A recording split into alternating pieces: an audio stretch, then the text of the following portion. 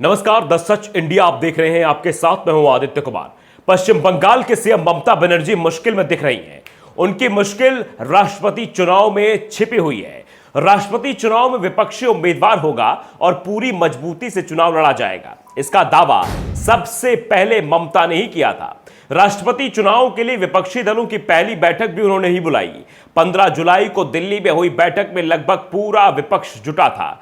ममता BJP को लेकर हमलावर दिख रही थी, दावा कर रही थी कि उम्मीदवार सही होगा तो एनडीए उम्मीदवार को हराया भी जा सकता है। वैसे भी राष्ट्रपति चुनाव के लिए एनडीए के पास नंबर नहीं है। विपक्षी दलों ने एक के बाद एक कई नामों पर चर्चा की और अंत में दांव ममता बनर्जी की पसंद पर ही लगा। टीएमसी नेता यशवंत सिन्हा विपक्षी मोर्चे की ओर से उम्मीदवार बनाए गए।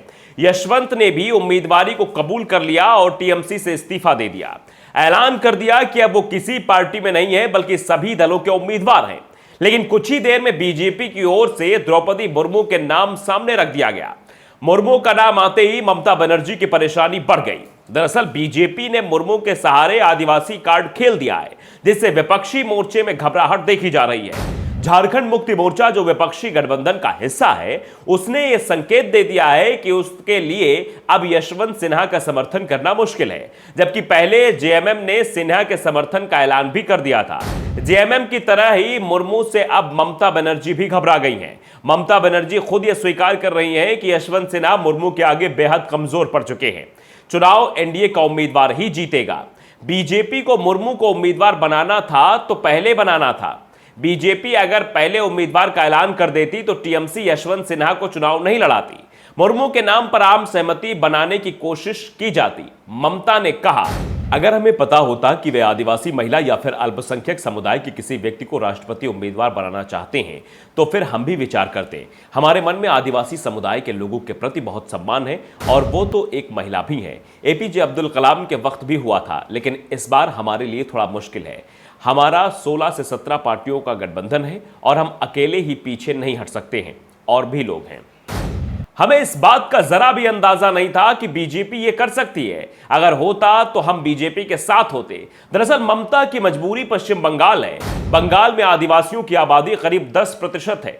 यह वोट आमतौर पर वामपंथी पार्टियों के साथ रहा है। 2019 के लोकसभा चुनाव में बीजेपी ने इसमें सेंध लगा दी थी।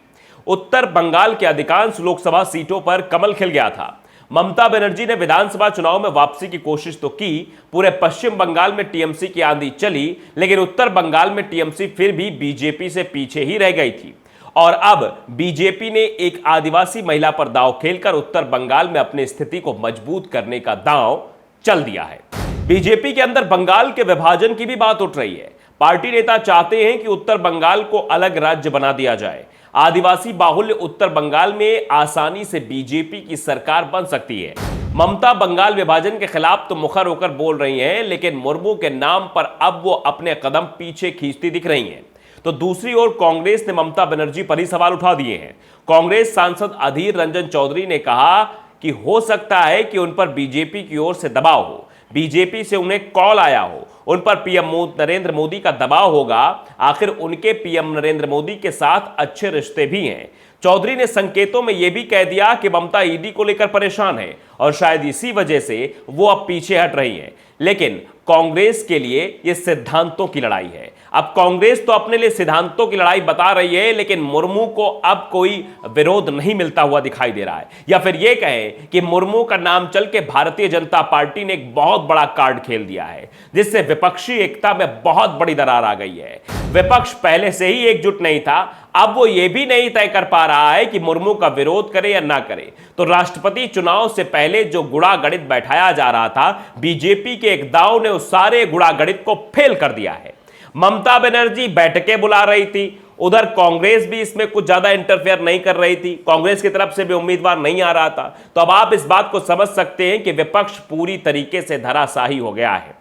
और अगर यह बात पहले से चल रही थी कि भैया राष्ट्रपति चुनाव में अगर विपक्ष एकजुट नहीं हो पाता है तो 2024 में प्रधानमंत्री नरेंद्र मोदी को या बीजेपी को रोकना बेहद मुश्किल है, तो अब यह साफ हो गया है।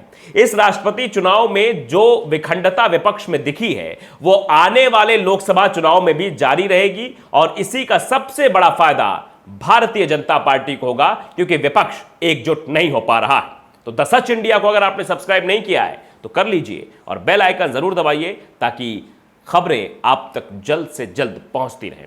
नमस्कार।